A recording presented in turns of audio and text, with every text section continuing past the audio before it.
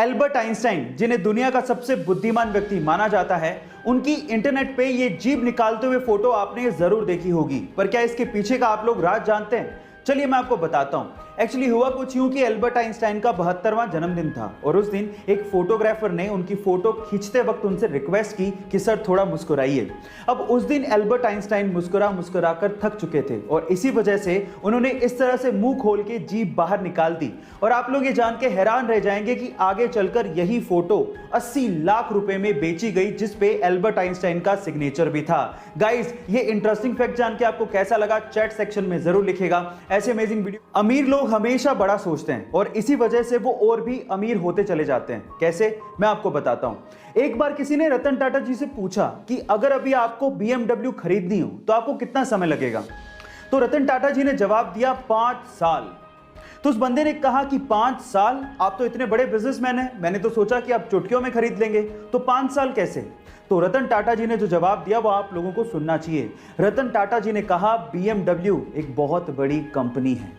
जहां आप और हम जैसे लोग BMW कार के बारे में सोच रहे थे, वही रतन टाटा जी BMW कंपनी को खरीदने के बारे में सोच रहे थे। इसलिए गाइस, ये कहा जाता है कि अगर आपको बड़ी सफलता चाहिए तो सोच भी बड़ी रखनी होगी। ये अमेजिंग वीडियो आपको कैसी लगी चैट सेक्शन में जरूर लिखेगा। और ऐसे सिर्फ क्रिकेट ही वो वजह नहीं है जिसकी वजह से सचिन तेंदुलकर को क्रिकेट का भगवान कहा जाता है, बल्कि इसके पीछे की एक और बड़ी वजह है और वो है वैल्यूज।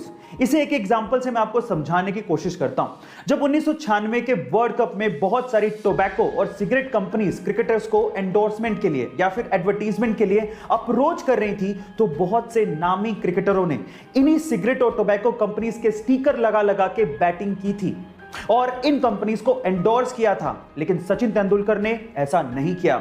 उन्होंने बैट पर बिना स्टिकर लगाए क्रिकेट खेला, लेकिन इन कंपनीज को कभी भी प्रमोट नहीं किया। उन्होंने पब्लिकली हमेशा यह बोला कि मैं कभी भी टोबैको कंपनीज और शराब की कंपनियों को एंडोर्स नहीं करूंगा। इसे ही कहते हैं वैल्यू, और इसी वजह से सचिन तेंदुलकर को क्रिकेट का भगवान कहा जाता है। गाइस, आपको ये इंफॉर्मेशन कैसी लगी चैट सेक्शन में जरूर लिखेगा। और ऐसे वीडियो के लिए YouTube पे हमारे चैनल को सब्सक्राइब कर लीजिएगा, वीडियो को शेयर करिएगा और लाइक करना। एक बार बिल गेट्स ने किसी रेस्टोरेंट में खाना खाने के बाद खाना परोसने वाले वेटर को टिप के तौर पे $5 दिए। तो वो वेटर बिल गेट्स को बड़ी हैरानी से देखने लगा। तो इस बात पे बिल गेट्स ने वेटर से पूछा कि क्यों भाई, क्या हो गया, तुम मुझे इतनी हैरानी से क्यों देख रहे हो? तो उस वेटर ने बड़ी विनम्रता से कहा कि इसी टेबल पे जब आपकी डॉटर ने खाना खाया था तो उन्होंने मुझे $500 की टिप दी थी, और आप तो उनके फादर हैं, दुनिया के सबसे रिचेस्ट पर्सन हैं, और आपने मुझे सिर्फ $5 दिए। तो इस बात पे बिल गेट्स ने जो कहा वो आप लोगों को सुनना चाहिए। बिल गेट्स ने कहा कि उसके पिता दुनिया के सबसे अमीर आदमी हैं, पर मेरे पिता नहीं। गाइस, इसलिए कहा जाता है कि आप कितनी भी सक्सेस की ऊंचाइयां छू लें, आपको अपने पास्ट को कभी नहीं भूलना चाहिए, क्योंकि वही आपका सबसे अच्छा टीचर होता है। ऐसी अमेजिंग वीडियोस के लिए YouTube पे हमारे चैनल को सब्सक्राइब कर लीजिए, वीडियो को शेयर करिए और लाइक। अगर आप अपने चेहरे पे आने वाली झुर्रियों से बचना चाहते हैं, अपने चेहरे पे ग्लो चाहते हैं और यंग दिखना चाहते हैं, तो मेरे पास आपके लिए घरेलू उपाय है। गाइस, इसका सबसे सस्ता, सबसे अच्छा और सबसे नेचुरल उपाय है एलोवेरा जेल।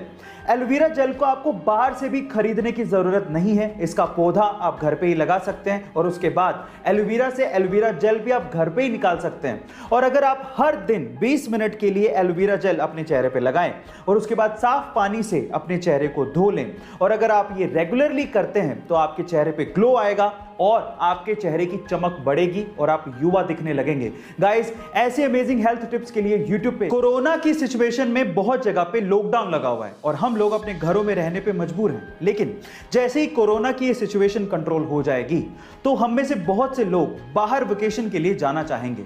और अगर आप भी वेकेशन के लिए प्लान करें तो मेरे पास आपके लिए एक टिप है। गाइस, वियतनाम आपके लिए ड्रीम डेस्टिनेशन हो सकती है। उसके पीछे का रीजन क्या है? सबसे पहले तो वो बहुत खूबसूरत जगह है और दूसरा काफी इकोनॉमिक भी है। मैं आपकी जानकारी के लिए आपको बता दूं कि 100 इंडियन रुपीस लगभग 31,300 वियतनाम डोंग के बराबर है। अब आप लोग अंदाजा लगाइए कि वियतनाम की यात्रा आपके लिए कितनी सस्ती और अच्छी हो सकती है। गाइस, ऐसी अमेजिंग टिप्स के लिए YouTube पे हमारे चैनल को सब्सक्राइब कर लीजिएगा, वीडियो को शेयर करिएगा और लाइक करना मत भूलिएगा। मिलते हैं अगली वीडियो में।